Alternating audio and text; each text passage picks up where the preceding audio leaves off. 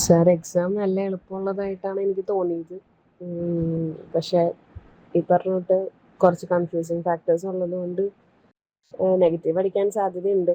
എങ്കിൽ പോലും ഇപ്പം ആ റാങ്ക് ഫയൽ കുറച്ചും കൂടി മുന്നേ നമുക്ക് കിട്ടിയിട്ടുണ്ടായിരുന്നെങ്കിൽ നല്ല സ്കോറിലേക്ക് എല്ലാവർക്കും തന്നെ ഇപ്പം മാസികയിൽ പഠിച്ച ആൾക്കാർക്കാണെന്നുണ്ടെങ്കിൽ ആ ഒരൊറ്റ വേണമെങ്കിൽ അങ്ങനെ പറയാം, ആ ഒരു റാങ്ക് ഫയൽ മാത്രം ഒന്ന് പഠിച്ചിട്ടുണ്ടായിരുന്നെങ്കിൽ അത്യാവശ്യം നല്ല സ്കോർ, എക്കണോമിക്സ് ആണെങ്കിലും കൊമേഴ്സ് ആണെന്നുണ്ടെങ്കിലും സ്റ്റാറ്റ് ആണെന്നുണ്ടെങ്കിലും മാത്സ് ആണെന്നുണ്ടെങ്കിലും അത്യാവശ്യം നല്ല സ്കോർ ചെയ്യാൻ പറ്റിയാണ്. ഇപ്പം ഈ പറഞ്ഞോട്ട് എത്ര നെഗറ്റീവ് അടിക്കേണ്ടതെന്ന് വിചാരിച്ചാലും നമ്മൾ കുറച്ച് നെഗറ്റീവ് ഇങ്ങനെ നമുക്കത് കറക്റ്റ് ആയിരിക്കും എന്നുള്ളൊരു വിചാരം കൊണ്ടിട്ട് നമ്മളത് അറ്റൻഡ് ചെയ്യുകയും നെഗറ്റീവ് മാർക്ക് അടിക്കുകയും ചെയ്യുന്ന ഒരവസ്ഥയിലാണ് എൻ്റെ കേസ്. അതേസമയം എനിക്ക് ഏറ്റവും ഇതായിട്ട് തോന്നിയത് 2 ദിവസം മുന്നേ ശരത് സാറ് ഒരു 3 ക്വസ്റ്റ്യൻസ് നോക്കണം, അതിന് 2 വീഡിയോ പ്രിപ്പയർ ചെയ്ത് ഇട്ടിട്ടുണ്ടായിരുന്നു.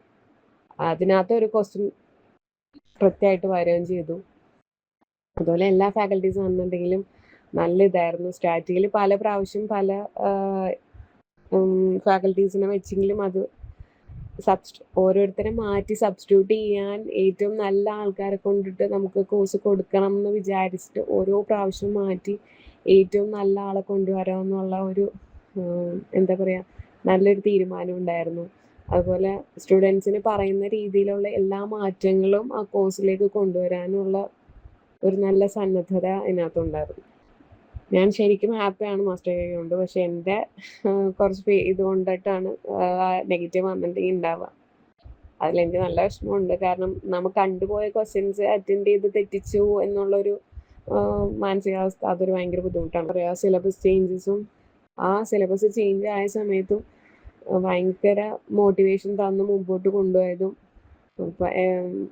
നിങ്ങളാണ്.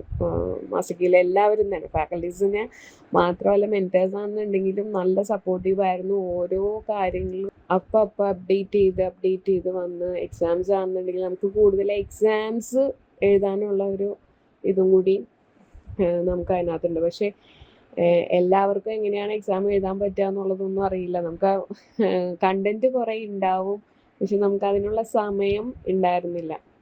അതായിരിക്കും. പക്ഷെ master key at the top ഏറ്റവും നല്ലതായിരുന്നു.